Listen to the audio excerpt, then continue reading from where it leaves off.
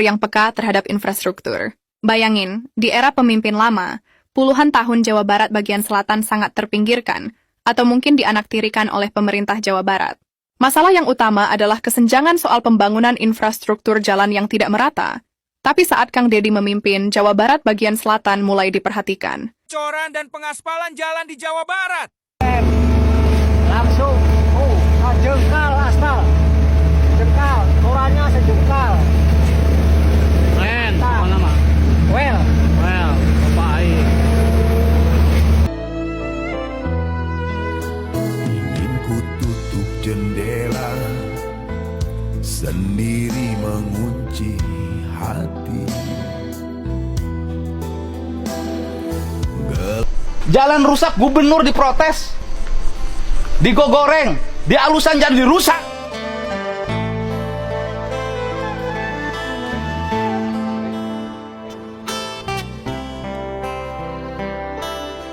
Kan sudah berapa kali ditutup? Nubogana saya. Pak Insinyur Arif.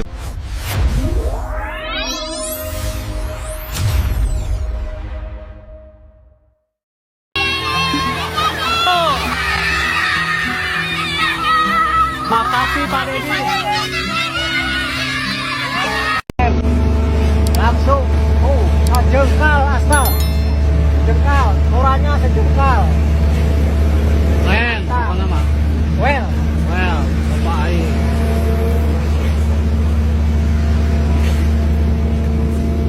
Lapor Pak Deddy, jalan di depan rumah, jalan baru di Cibingbin, Kuningan, Parantos Rengse.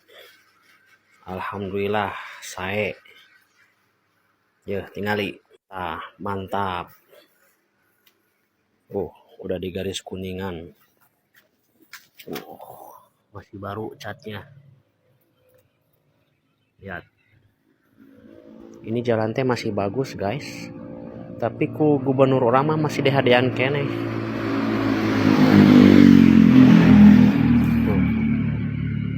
Sebelum diperbaikiin, jalan ini teh masih bagus. Tapi ku gubernur nu hebat mah anggar diperhatikan supaya lebih nyaman. Aku mau lebih kuat, lebih nyaman yang penting.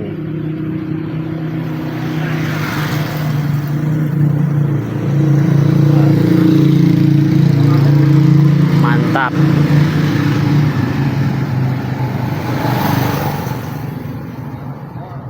Tuh lihat, tadinya nggak ada buat nyebrang, apa tuh namanya, zebra cross. Sekarang mah sudah kayak di Jakarta, cuy. Lihat, ada zebra cross segala. Ini udah kayak di jalan tol, lihat. Rapi sekali kelihatannya. Ini 2 lapis ya, 2 layer untuk aspalnya. Jadi insya Allah kuat sampai beberapa tahun ke depan. Nggak akan ada tambal-tambalan deh kalau udah kayak gini. Tuh. Kita cek kualitas catnya. catnya bagus. Catnya bagus, tebal. Nah, ini jalan di depan rumahku. Ini efek daripada gubernur yang super jujur ya. Jauh dari kata nepotisme, korupsi, dan lain-lain. Mantap Pak Deddy. Bapak maneh kumaha? Ya diharap untuk gubernur selain Jawa Barat juga seperti ini kalau nggak salah. Jangan gengsi ya untuk menjadi seorang konten kreator. Karena untuk menjadi, bisa diakui saat ini salah satunya menjadi seorang konten kreator. Ya. Oke. Segitu aja dulu. Bapak ini menunjukkan tebalnya pengecoran dan pengaspalan jalan di Jawa Barat. Langsung, sejengkal aspal. Jengkal, korannya sejengkal. Keren, apa nama? Well, Baik.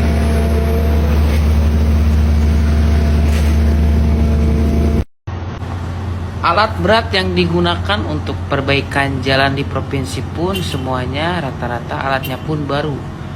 Berarti itu bukti nyata bahwa KDM itu tidak main-main memilih kontraktor yang memang mempunyai alat yang mumpuni untuk menghasilkan jalan-jalan terbaik nantinya. Jabar istimewa.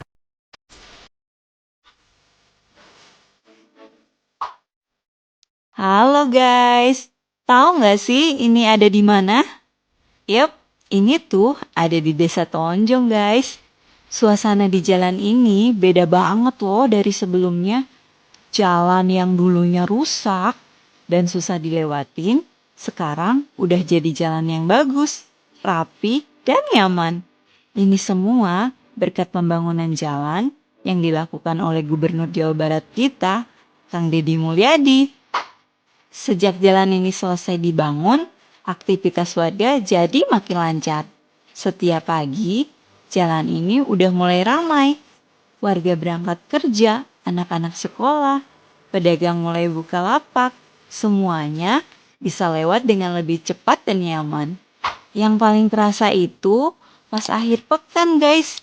Dari pagi sampai sore, jalan ini dipadati pengunjung dari berbagai daerah.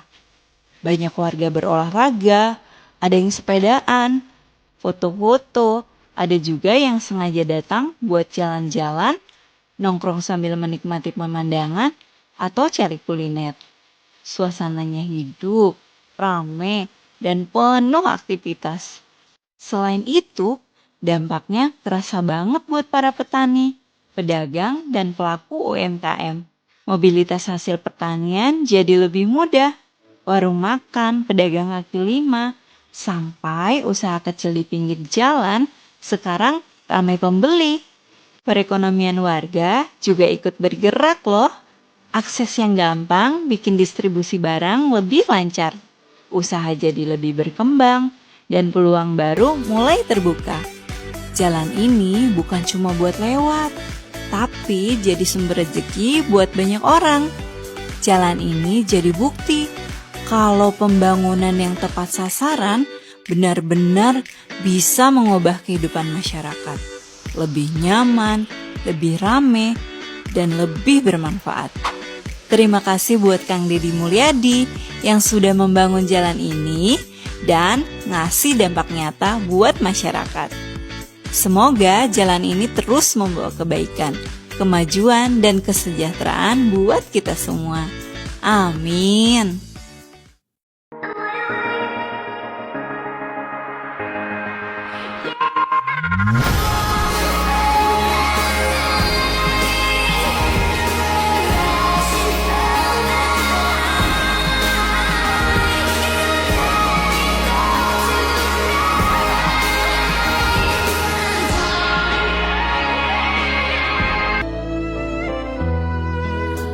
Ingin ku tutup jendela, sendiri mengunci hati. Gelap terlalu panjang, mencekam mengiris hati. Menggores luka tak bertepi. Rindu purnama yang tak kunjung tiba. Gelap menanti secercah cahaya, menuntun di kegelapan waktu, dalam bisu tak menentu. Rindu malam kala purnama, hembusan angin berbisik gundah. Kala cinta bertahta, langit penulis tersiram hujan. Jembatan Sydney di Australia. Tidak hanya kokoh dan kuat, jembatan ini dibangun dengan arsitektur yang memanjakan mata, buat mata terpesona. Mantra apakah yang kau berikan sehingga bayangmu menghantui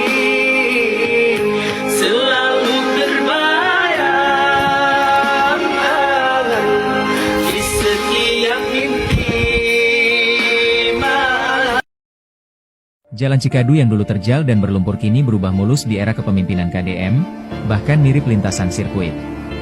Perubahan ini menjadi bukti nyata kerja dan keberpihakan pemimpin terbaik saat ini. Semoga terus amanah dan konsisten membangun.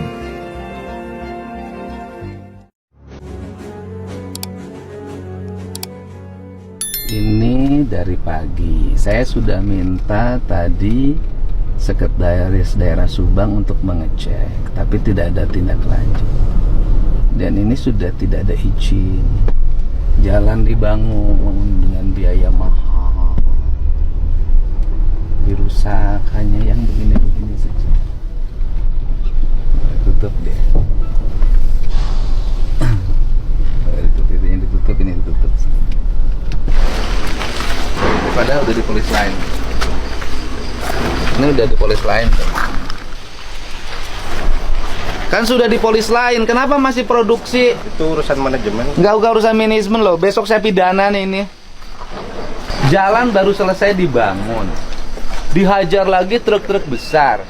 Nek itu PK Iraha tuh jalan rusak rakyat ngamuk. Mana pimpinannya? Nggak ada di tempat. Di mana? Siapa yang punya tempatnya ini? Sebutin namanya siapa? Parah, Chef. Buka sih, saya mau lihat ya siapa yang produksi. Siap. Buka.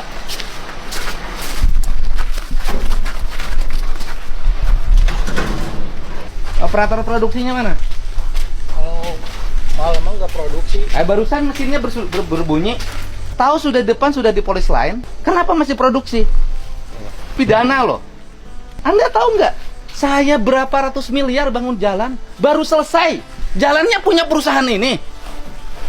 Ini kan ilegal. Sudah ilegal, merusak jalan. Nggak ada ampun, besok saya pidana semuanya. Undang-undang lingkungan hidup yang saya terapkan. Mobil sebesar gini, jalan rusak, gubernur diprotes. Digogoreng, dialusan jadi rusak.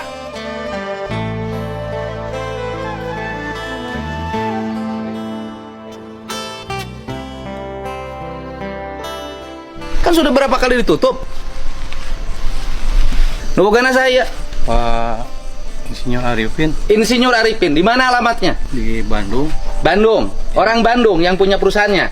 Ya, yang Ardan, yang punya Ardan. Yang punya Radio Ardan. Iya. Ini yang punyanya, bener nih. Ini atas perintah siapa? Siapa yang memerintahkan? Bapak tahu di polis lain? Iya, Pak, tahu. Tahu arti polis lain? Tahu. Kenapa masih produksi? Saya kan cuman disuruh atasan, Pak. Iya, saya terus tahu, tapi Anda bisa dipidana loh. Kerusakan jalan yang terjadi, antrian mobil yang besar ini berapa miliar per hari? Kurang tahu. Bapak tahu kapasitas jalan yang di sini? Untuk sumbu berapa? Tahu. Sumbu 2, Sumbu 2. Ini sumbu berapa? sumbu 3. Mau sadar nggak kalian semua? Siap. Kan sudah di polis lain. Sudah berapa hari buka? Baru jalan lagi, Pak, ini. Enggak. Kemarin ada. Ini saya jujur aja, sok-sok jujur. Udah berapa hari? Paling dari minggu kemarin lah. Cuman dari minggu kemarin tuh nggak tiap hari jalan gitu, Pak. Ucing-ucingan kan?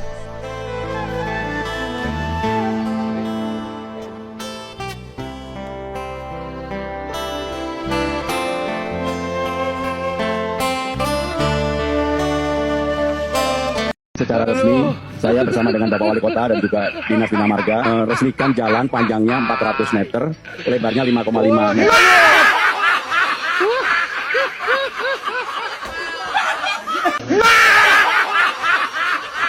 Dari mana ke mana ini? Mau ke Bandung. Dari Subang. Dari Kalijati. Kalijati Subang. Tadi lewat Pakuan, Lembur Pakuan. Ibu tanggapannya gimana sih ini? Masalah ini Jabur? Masalah apa? Ini tanggapan Jabur. Komentarnya gimana? Oh, baru ngeliat, baru lewat sini lagi gitu. Gimana komentarnya? Bagus. Itu lihat di ini aja, lihat di TikTok. Tuh, nenek gaul.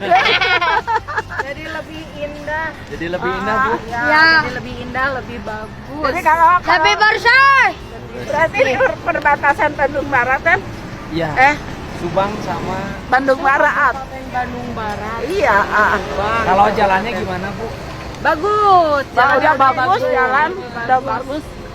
Udah tidak berlubang-lubang lagi. Pelebaran jalan ya, jadi lebih luas. Ya, mantap. Enak ya Bu ya. Mantap. Ibu lagi liburan ini? Iya, liburan. Anak-anak kan di Bandung. Anak cucu ibu mah. Ya. Atur nuhun Ibu. Iya, iya. Mantap.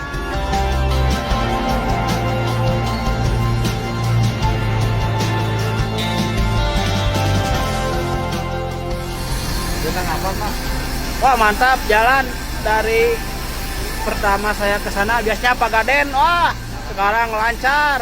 Itu mengurangi waktu, biasanya ke patrol setengah 12, sekarang nyampe jam setengah 11 ya. Itu sangat membantu sekali ini jalan.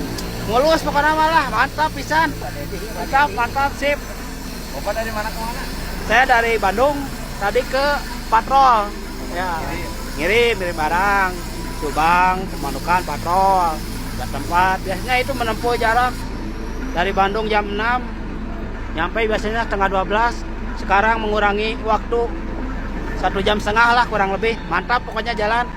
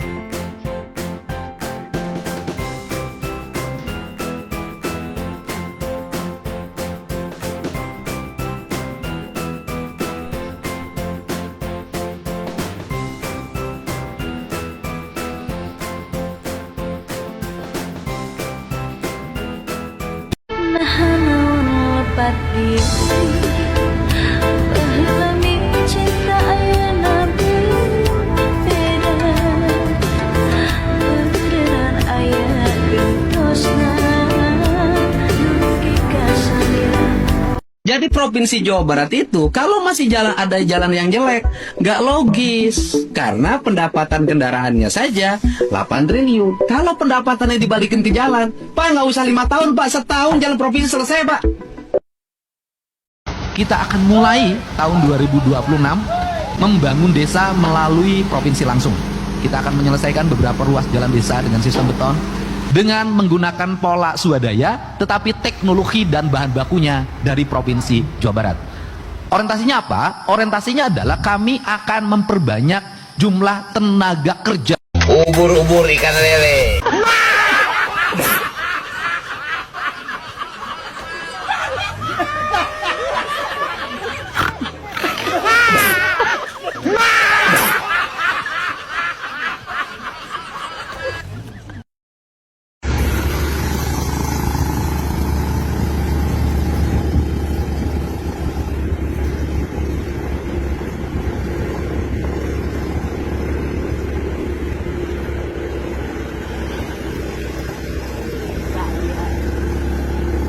Ya, alhamdulillah.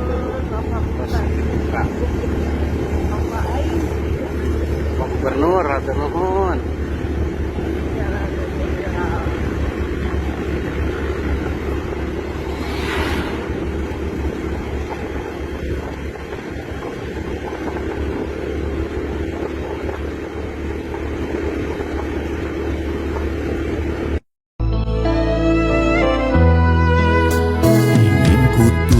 Jendela sendiri mengunci hati. Di Gubernur mah jalan waduk dilecir, kotmik 5 tahun ke tukang manyir boro-boro. Tamalan wae ngalek lebaran. Ayeuna mah di kotmik mulus.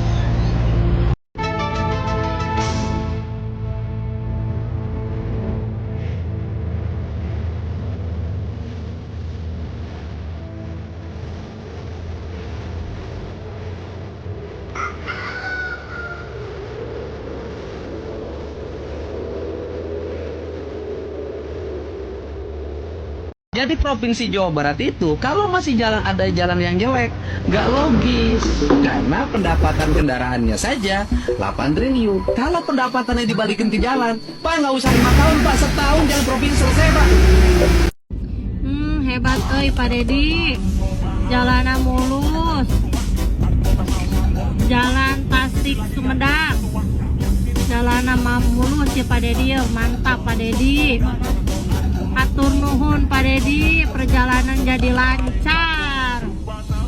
Ini enakeun jalanan yang mulus ieu. Ih, mantap lah Pak Dedi teh Gubernur Jawa Barat.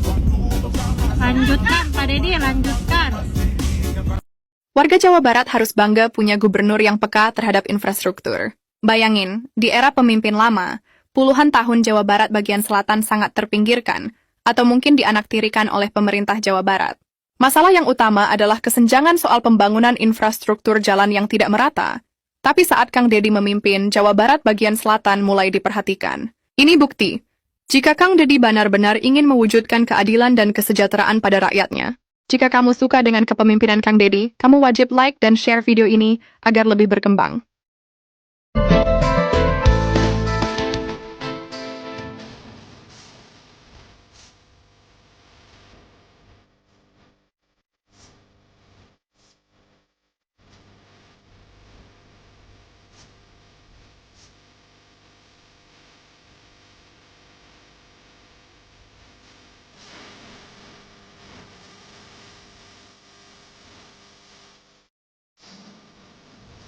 Jawa Barat siap bangun 5 tol baru mulai 2026.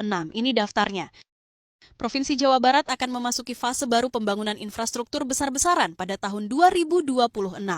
Di bawah kepemimpinan Gubernur Deddy Mulyadi, 5 proyek jalan tol baru siap digarap sebagai solusi atas kemacetan kronis dan rendahnya konektivitas antar daerah yang selama ini menjadi keluhan utama warga.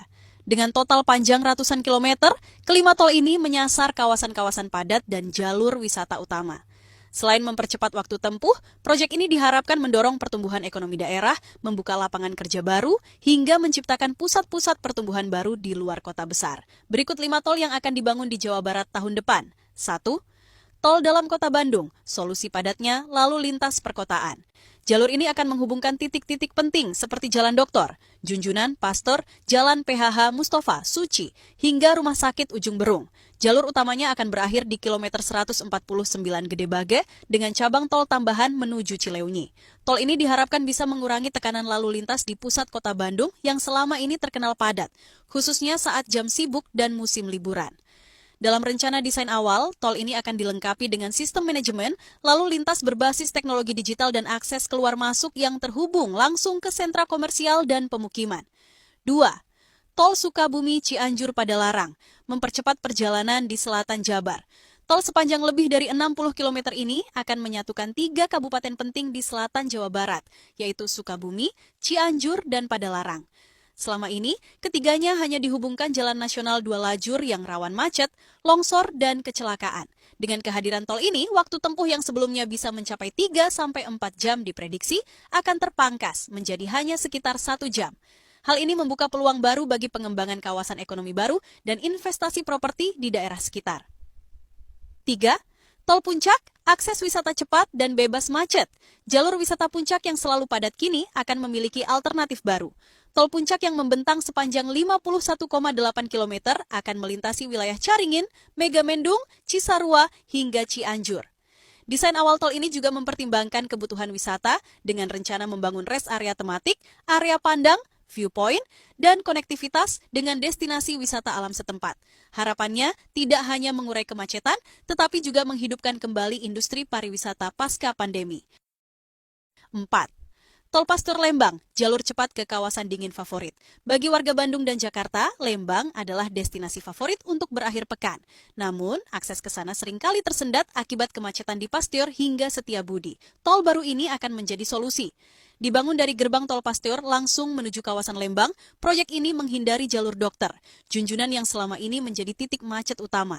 Jalur ini juga akan mendukung pengembangan kawasan pendidikan, wisata, dan industri kreatif yang tumbuh pesat di daerah utara Bandung. Beshinci Tol Getaci. Tol ini menghubungkan Gede Bage, Bandung, dengan Ciamis melalui Garut dan Tasikmalaya. 2 kabupaten dengan potensi besar, namun selama ini terhambat akses transportasi. Tol ini dibagi dalam 2 seksi utama, Seksi 1, Gadebaga, Garut Utara, 45,2 km. Seksi 2, Garut Utara, Tasikmalaya, Ciamis, 50,32 km. Pemerintah menargetkan pembebasan lahan selesai akhir 2025 agar konstruksi dapat dimulai pada awal 2026. Khusus di Kabupaten Bandung, tol ini melewati 28 desa di 6 kecamatan. Sosialisasi dan pendampingan warga terdampak terus dilakukan. Jika rampung, Getaci akan menjadi urat nadi transportasi kawasan Priangan Timur, membuka akses langsung dari pusat provinsi ke daerah-daerah yang sebelumnya terpencil secara infrastruktur.